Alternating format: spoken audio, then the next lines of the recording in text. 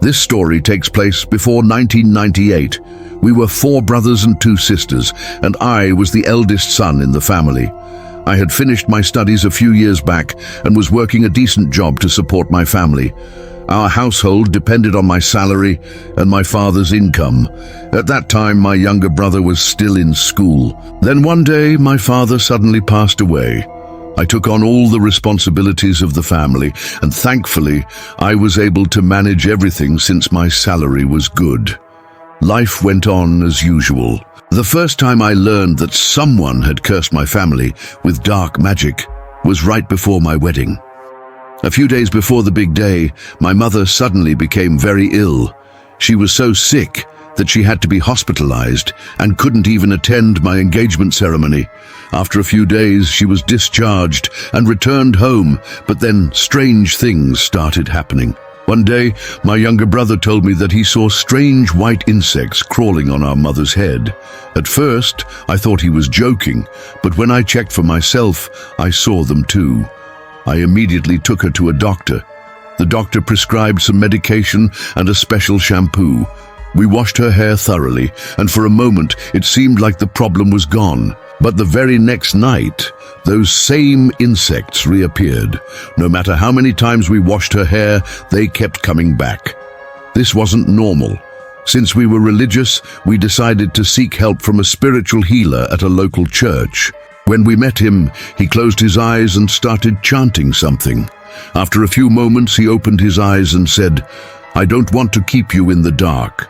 This will be difficult to accept, but your mother and your entire family are under a severe curse. It is nearly impossible to remove." He repeated the word impossible 3 times. His words hit me like a dagger to the chest. We begged him to help us, and he finally agreed to try. He told me to buy a black goat, sacrifice it, and donate the meat to the poor. But there was a specific ritual to follow while sacrificing the animal. I did exactly as he instructed.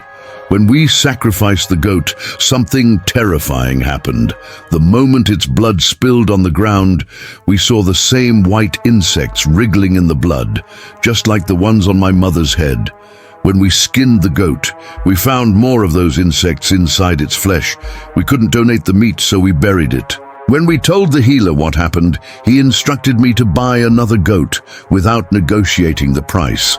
I followed his instructions again, but the same thing happened. The insects appeared in the blood and meat. The healer then said, "Buy 1 more goat. This time no insects will appear." I did as he said, and to my shock this time, the meat was clean. We distributed it among the poor, just as he had advised. We did everything we were told, but my mother didn't recover. She remained ill for some time and eventually passed away. After her death, I became the head of the family. The responsibility was overwhelming, so I pushed my brothers to start working.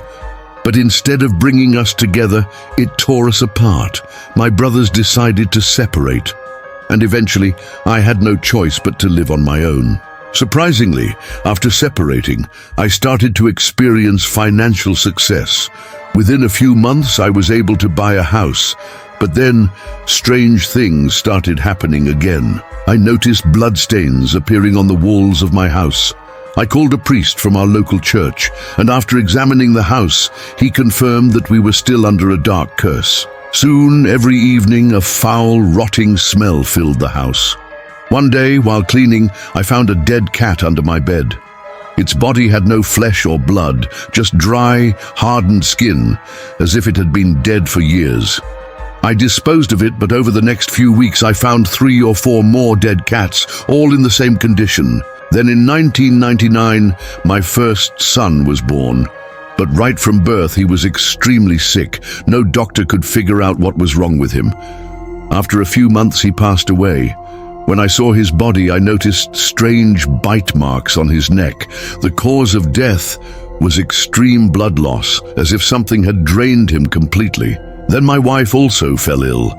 Desperate, I visited a well-known exorcist. He asked me to return in 2 days. When I met him again, he said, "Someone very close to you did this out of rage.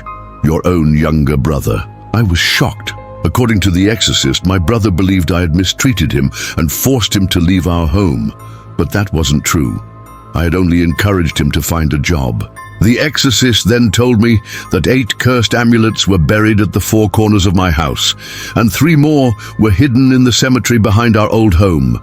He warned me that if we didn't remove them, our entire family would be destroyed. The next day, he helped us dig up the amulets. We burned them, boiled the ashes, and then extinguished the fire with the boiled water. He then performed a cleansing ritual, placing 4 iron nails at the corners of my house. He also told us to be more devoted to our faith. From that day on, the strange occurrences stopped. My family was safe again, but I never spoke to my younger brother again. He had once threatened me when he left the house, and after what I had learned, I was convinced he was the one behind it all. I cut all ties with him, and to this day we remain strangers.